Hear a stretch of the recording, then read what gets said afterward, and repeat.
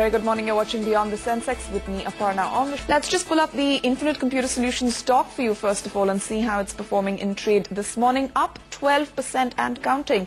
Well, numbers for that company have come out, and we've got earnings coming in yesterday with revenues growing at 16%, profits growing 8% in rupee terms. Let's connect with the CEO and MD Upinder Zutshi, as I said, to understand that performance. Mr. Zutshi, thanks very much for speaking with us. 16% revenue growth in rupee terms, 18% in dollar terms. That's for the quarter gone by. What's your expectation for the next fiscal as a whole for revenues and for profits? So in terms of FY11, if you look at the guidance, we are looking at revenue guidance of 855 to 877 crores. Which is roughly about 190 to 195 crores in US dollar terms, which translates on a year-on-year growth about anywhere from 28 to 31% in INR terms and 35 to 38% in USD terms. Now, most of the revenue growth, if you've seen over the last 3 years, have largely grown similar rates over the last 3 years, and a lot of that growth has come from the existing large client relationships that we have in place. We've also been able to successfully complement those set of relationships with 3 major deals that we signed in Q4. So that's significantly going to help us to further continue to grow at the rates that we have grown in the last couple of years. How does the onshore business fare for you in comparison with the offshore part? Our business model, if you look at a slightly higher level, I mean, we have 3 major service lines. That's application management, infrastructure management, as well as R&D and intellectual property leverage solutions. Each of those service lines have different margin levels, and a lot of the work is done across geos. So, it's not necessarily on-site and offshore. I mean, there's work that we do in the U.S. as a U.S. organization, as well as transition some of the work that possibly can to an offshore location. The model is fairly global, not necessarily offshore-centric. Now, most IT majors in the last year saw a huge drop in billing rates given the situation of the economy the world over. How did that impact you? We haven't seen that over the last 12 months or so. Maybe the levels that we operate are fairly competitive.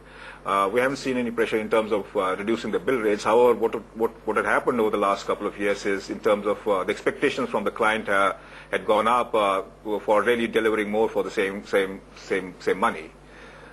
We've seen that. However, as we move forward, as the economy is coming out of recession, we're seeing more positive outlook as well as response that we're getting from some of the prospective clients that we're currently talking to. And as I said, we have been successful in closing 2 very large deals in the last quarter. One is an R&D intellectual property leverage-based revenue share model, which we signed up with a very large OEM out of the U.S.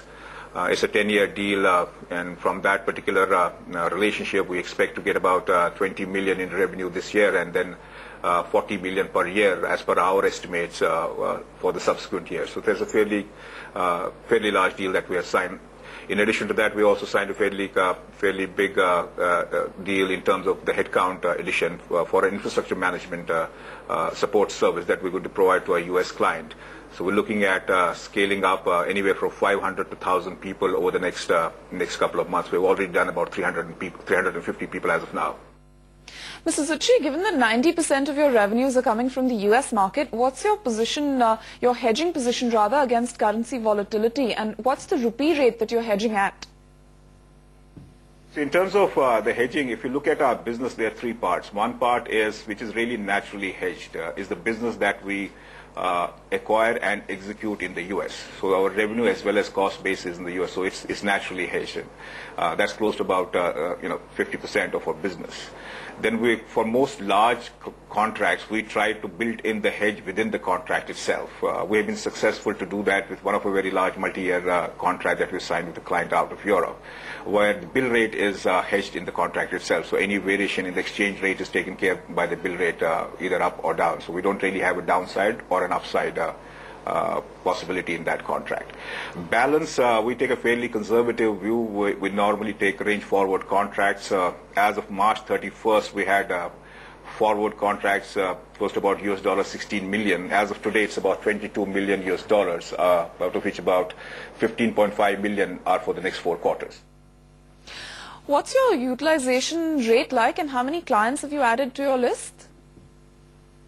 We have added 9 clients. Now, before I get into that, I mean, the basic business model, as I explained on the previous occasion also, our entire focus is to engage with large corporations worldwide, which are essentially going to give us scale and multi-million, multi-year dollar contracts.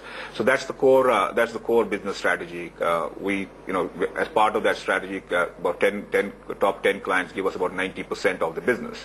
But those 10 clients are fairly strong, the relationships are very strong, and they're over multi-year. The whole objective and the focus of the organization is to try to acquire as many such large clients that can potentially become 20, 30, 40 million dollar clients per year for us as possible. Q4 has been fairly good as far as we are concerned. We added 9 clients, which is quite significant, from our perspective, because we focus on few but significant clients. And more specifically, and more what is very, very heartening is that out of those clients, about 3 clients are very large multi-year, multi-million dollar deals.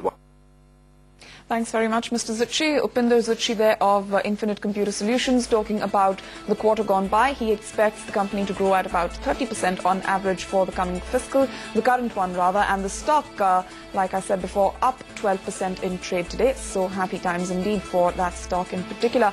We'll head into a break and come back.